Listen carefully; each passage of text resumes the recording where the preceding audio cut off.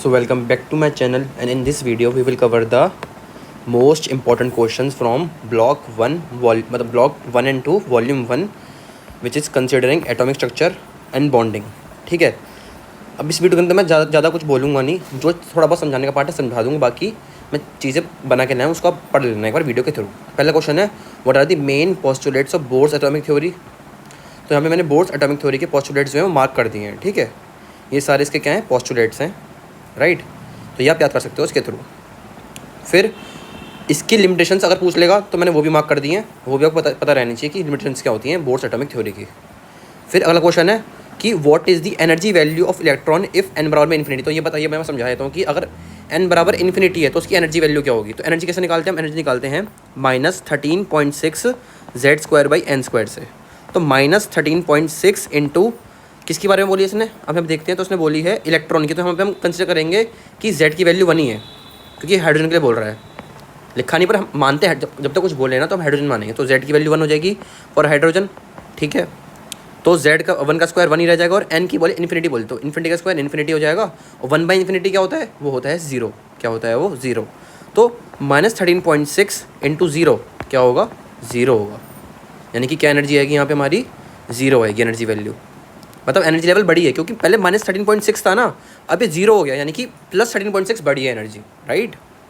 अगला क्वेश्चन यहाँ पे दे रखा है हमारे को, चलो यहाँ पे नहीं, अगला क्वेश्चन यहाँ पर है स्टेट दी हाइसेनबर्ग्स अनसर्टेनिटी प्रिंसिपल। और दूसरा क्वेश्चन बोल रहा है कि रेजोनेंस स्ट्रक्चर बनाना है नाइट्रेट, तो वो बना के दिखाऊंगा। पहले वाला क्वेश्चन देखते हैं। तो ये हमारा हाइसेनबर्ग अनसर्टेनिटी प्रिंसिपल है, इसकी एक क्वेश्चन है और यहाँ पे इसकी थ्योरी लिखी है, तो आप इसको देख के एग्जाम में जा सकते हो। ये लिख कर आना होगा एग्जाम में भी सेम। ठीक है, फिर पूछ रहा है नाइट्रेट का स्ट्रक्चर बना के दिखाओ, रेजोनेंस स्ट्रक्चर। तो नाइट्रेट क्या होता है, नाइट्रेट होता है NO3, क्या होता है NO3-। कैसे बनेगा नाइट्रेट का, सबसे पहले हमें नाइट्रेट का स्ट्रक्चर बनाना पड़ेगा। तो नाइट्रेट में जब ऑक्सीजन के ऊपर माइनस होता है, यानी कि ऑक्सीजन एक बॉन्ड बनाएगा, सिंगल बॉन्ड। ठीक है, अगर ऑक्सीजन के ऊपर कोई भी चार्ज नहीं है तो डबल बॉन्ड बनाएगा, अगर पॉजिटिव चार्ज है तो 3 बॉन्ड बनाएगा, 3 बॉन्ड, टोटल 3 बॉन्ड। ये डबल बॉन्ड का, इसका मतलब डबल बॉन्ड है। इसका मतलब ये है कि भैया कि ये 3 बॉन्ड बनाएगा इस तरीके से, या तो ऐसे बना लेगा डबल बॉन्ड एक और एक सिंगल बॉन्ड इस तरीके से। तो नाइट्रोजन सेंट्रल एटम है यहाँ पे। ठीक है, यहाँ पे डबल बॉन्ड एक ऑक्सीजन के साथ बनेगी, डबल बॉन्ड दूसरे ऑक्सीजन के साथ बनेगी, और एक O पे माइनस रहेगा। इस तरीके से यहाँ पे हमारा क्या बनेगा, नाइट्रेट का स्ट्रक्चर बनेगा। अब ये जो डबल बॉन्ड है ये यहाँ पे जा सकती है रेजोनेंस करने के लिए, तो क्या होगा N डबल बॉन्ड O, और यहाँ पे माइनस आ जाएगा, और यहाँ पे आ जाएगा डबल बॉन्ड आ जाएगी। एक बार यहाँ पे माइनस आ गया, इसको ऐसे बना सकते हैं कि भैया मेरे एक बार यार यहाँ पे माइनस आ गया, एक बार यहाँ पे माइनस आ गया। अब इसी माइनस को हमें ले जाना है इस वाले ऑक्सीजन पे। पहले मैं ले गया यहाँ पे, यानी कि यहाँ पे माइनस आया, फिर मैं इसको यहाँ पे ले जाऊँगा। तो कैसे हो जाएगा, नाइट्रोजन डबल बॉन्ड नहीं रहेगी, सिंगल बॉन्ड पे negative, double bond O, double bond O। अब क्या हुआ, यहाँ पे नेगेटिव आ गया। ठीक है, तो ऐसे चलेगा यहाँ पे काम हमारा। ये हो गया इसका आंसर। अगला बोल रहा है right the electronic configuration of niobium, does it follow above rule.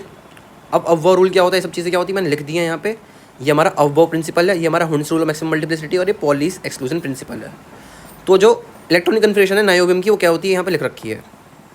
ठीक है, अब जो इलेक्ट्रॉनिक कन्फिग्रेशन कैसे लिखते हैं हम, हमारा तरीका होता है S, इसकी ट्रिक होती है। ठीक है, हम इसको लिखते हैं लोअर एनर्जी लेवल से लेके हायर एनर्जी लेवल तक।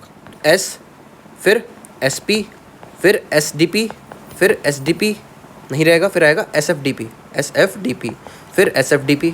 तो ऐसे इसकी इंक्रीजिंग होती है। तो अगर मैं बोलूँ नायोबियम का एटॉमिक नंबर क्या है, 41 है। अब इसमें स्टार भी लगा रखा है, यानी कि इसका कुछ दिक्कत हुई है, कुछ चीज़ें चेंज हुई हैं यहाँ पे। क्या हुआ वो देखते हैं। अगर मैं बोलूँ नायोबियम 41 है तो जनरली मैं क्या लिखूँगा, 1s2 2s2 2p6 3s2 3p6 4s2 3d10 4p6 5s2 4d3। ये जनरली मैं लिखता हूँ। कैलकुलेट कर लो कितना है, 2 और 2 4, 6 10, 10 और 2 12, 12 और 6 18 और 2 20, 20 और 10 30, 30 और 6 36, 36 एंड 2 38, एंड 38 एंड 3 41 ये बन रहे हैं। बट एक्चुअली में ये नहीं होती है। इसमें क्या होता है, जो हमारा D शेल होता है, D के अंदर सिर्फ 4 इलेक्ट्रॉन होते हैं, यहाँ पे दे रखे हैं 3, और 5s2 में 2 होते हैं, पर यहाँ पर आ रखे हैं 1। यानी कि क्या हुआ होगा, 5s का जो शेल है, इसमें से 2 इलेक्ट्रॉन कूद के कहाँ चले गए होंगे, हमारे चले गए होंगे कहाँ पे, हमारे 5D वाले में, 4D वाले में, सॉरी। तो 4D में 4-5 सब शेल होंगे। तो पहले कितने थे स्टार्टिंग में भैया, पहले हमारे 3 थे स्टार्टिंग में, हमारे को 4 करने हैं। तो क्या होगा, ये वाला इलेक्ट्रॉन यहाँ आ जाएगा कूद के। ठीक है, तो नायोबियम में ये चलता है। अब जितने भी डी वाले होते हैं अपने 4D वाले, 4D वाले के अंदर कभी भी 3 नहीं होता, क्या होता है 4 होता है, और 5 वाला रिपीट करता है, 5 वाला रिपीट करता है 2 बार। जैसे यहाँ पे 5 आया, बेसिकली यहाँ पे 1 है, क्यों? क्योंकि इसका उड़ के यहाँ पर आ गया ताकि हमारी डी फील्ड स्टेबल कन्फिग्रेशन बन सके। किसके अंदर? मॉलिब्डेनम के अंदर। यहाँ पे 2 स्टार का मतलब है कि ये इस तरीके का है। फिर मॉलिब्डेनम के अंदर 1 इलेक्ट्रॉन आता है कूद के, इसमें भी 1 इलेक्ट्रॉन ही आता है। फिर अगले वाले में भी ये 2 हो जाएगा, बट यहाँ पे 5 रहेगा, क्यों? क्योंकि 2 तो हो ही गया, अगला यहाँ पे 5 आ जाएगा इस तरीके से, क्योंकि एस पहले भर जाता है, बाद में डी भरता है। तो हम एस से कूदा रहे हैं डी के अंदर, यानी कि हम लोअर एनर्जी से लोअर शेल से बड़ी शेल में ले जा रहे हैं। ठीक है, तो ये आपको पता रहना चाहिए कैसे चलता है। फिर भैया हमारे पास अगला क्वेश्चन आता है कि आयोनाइजेशन एनर्जी क्या होती है। अब मैंने यहाँ पे लिख दिया है आयोनाइजेशन एनर्जी के बारे में, आप यहाँ से पढ़ सकते हो। ठीक है, इतना मैंने इजी कर दिया, बाकी आप वीडियो पॉज करके इसको अच्छे से पढ़ सकते हो एक बार। ठीक है, अब यहाँ पे इसने बोला कि which one has lower ionisation energy. तो मैं बता देता हूँ, अगर मैं पीरियड बोलूँगा, हाँ, तो अगर मैं पीरियड में लेफ़्ट टू राइट जाऊँगा तो क्या होगी? आयोनाइजेशन एनर्जी बढ़ेगी। क्यों बढ़ेगी? क्योंकि Z इफेक्टिव मेरा बढ़ेगा, यानी कि जो चार्ज लग रहा है न्यूक्लियस का, इफेक्टिव चार्ज लग रहा है इलेक्ट्रॉन्स के ऊपर, वो बढ़ रहा है। इस वजह से क्या हो रहा है? जो आयोनाइजेशन एनर्जी, यानी कि किसी भी एटम को आयोनाइज करने की जो एनर्जी है वो ज़्यादा लग रही है, यानी कि उसको उसमें से इलेक्ट्रॉन निकालना मुश्किल हो जा रहा है। और डाउन द ग्रुप, यानी कि टॉप टू बॉटम में नीचे आऊँ तो क्या होगा ना? Z इफेक्टिव जो है वो कम होता है, क्योंकि नंबर ऑफ शेल्स बढ़ते हैं। क्या बढ़ते हैं? नंबर ऑफ शेल्स मेरे भाई बढ़ जाते हैं। तो इस वजह से क्या होगा? इलेक्ट्रोनेगेटिविटी कम हो जाएगी। अब मैं ध्यान से देखूँ, यहाँ पे बोला है किसके बारे में? ऑक्सीजन और नाइट्रोजन के बारे में बोला है। तो मैंने रीज़न बता दी क्यों होता है, सब कुछ क्या होता है वो आप लिख सकते हो थ्योरी बना के। अब पूछ रहा है ऑक्सीजन नाइट्रोजन किसके साथ होगी, तो अब मैं बोलूँ कार्बन, नाइट्रोजन, ऑक्सीजन। अब हम जा रहे हैं लेफ़्ट टू राइट जा रहे हैं। तो अब इसमें क्या होगा? जनरली तो इलेक्ट्रोनेगेटिविटी बढ़ती है, बट यहाँ पे एक सीन होता है, बता दूँ क्या सीन होता है। अगर मैं बोलूँ नाइट्रोजन की इलेक्ट्रॉन कन्फिग्रेशन क्या होगी, तो वो होगी 2p3 बाहर वाली। भाई ये क्या होता है? 1s2 2s2 2p3 होता है। और ऑक्सीजन क्या होता है? 1s2 2s2 2p4। अब यहाँ पे बेसिकली ये 2p3 है। 2p3 हमारा कैसा होगा? 2p3 हमारा होगा हाफ फिल्ड स्टेबल कन्फिग्रेशन। क्या होगा हमारा? ये हाफ फिल्ड स्टेबल कन्फिग्रेशन हो किसका? ऑक्सीजन का। अगर मैं बोलूँ नाइट्रोजन के अंदर, सॉरी नाइट्रोजन का कैसा होगा हमारे पास? हाफ फिल्ड होगा इस तरीके से 1 2 3। बट ऑक्सीजन में कितने हैं? 4 हैं, 1 2 3 4। तो इसका हाफ फिल्ड होने की वजह से इसकी जो है ना स्टेबिलिटी बढ़ जाती है, और इसमें से इलेक्ट्रॉन निकालना हो जाता है मुश्किल। इसमें से नाइट्रोजन वाले में से, किस में से? नाइट्रोजन वाले में से।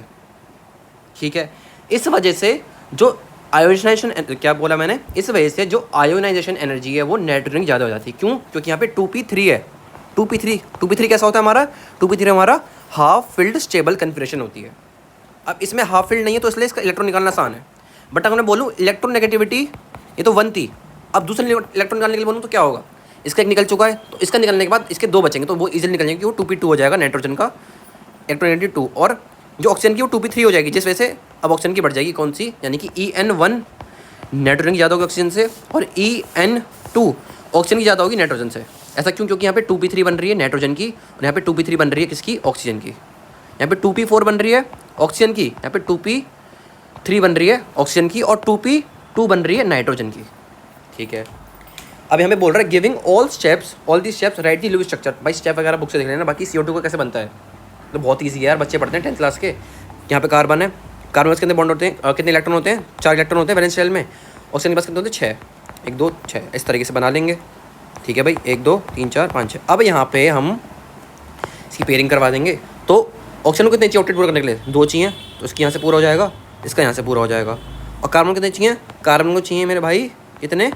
टोटल इसको भी 8 चाहिए, तो 4 इसके पास पहले चाहिए, 2 यहाँ से शेयर कर लेगा और 2 यहाँ से शेयर कर लेगा, तो कितने बन जाएंगे? इसका भी पूरा हो जाएगा। तो ऐसे हम क्या करेंगे, इसकी लुईस डॉट स्ट्रक्चर बनाएंगे, यहाँ पे डबल बॉन्ड बनेगी ऐसे। यानी कि अगर मैं बनाऊँ उसका तो कैसे बनेगा एक्चुअल में? इसका एक्चुअल में कैसे बनेगा? यहाँ डबल बॉन्ड, यहाँ डबल बॉन्ड आ गई, यहाँ डबल बॉन्ड, यहाँ डबल बॉन्ड आ गई। और अगर मैं इसको लिखूँगा तो कैसे बनेगा मेरा? ये oxygen double bond carbon double bond carbon, इस तरीके से इसका जो है स्ट्रक्चर बनता है। और ये कैसा होता है? लीनियर होता है, लीनियर, क्योंकि यहाँ पे कोई भी लोन पेयर नहीं कार्बन एटम के पास, यानी कि सेंट्रल एटम के पास कोई भी लोन पेयर नहीं है। फिर अगला है list the different types of quantum number and give the significance of quantum number. सब मैंने बता रखा है, यहाँ पे मैं दिखा देता हूँ, मैंने लिख के लाया हूँ पहले से ही। ये रहा, ये हमारे अलग अलग क्वांटम नंबर है, principal quantum number, azimuthal, magnetic और स्पिन क्वांटम नंबर। तो तीनों की इसके बारे में लिखा भी, इनकी सिग्निफिकेंस भी लिखी हुई है, तो आप यहाँ से पढ़ सकते हो। ठीक है भाई, एक बार देखो पॉज करके दिखा देता हूँ, यहाँ से आप पढ़ सकते हो उसको ईजिली। ठीक है, पढ़ सकते हो। All the best for your examinations. ठीक है, कल आपका एग्जाम है, ऑल दी वेरी बेस्ट, अच्छे से कर आना, जितना बताए उसमें से बिल्कुल ही आएगा, उसमें से कुछ बाहर नहीं आने वाला।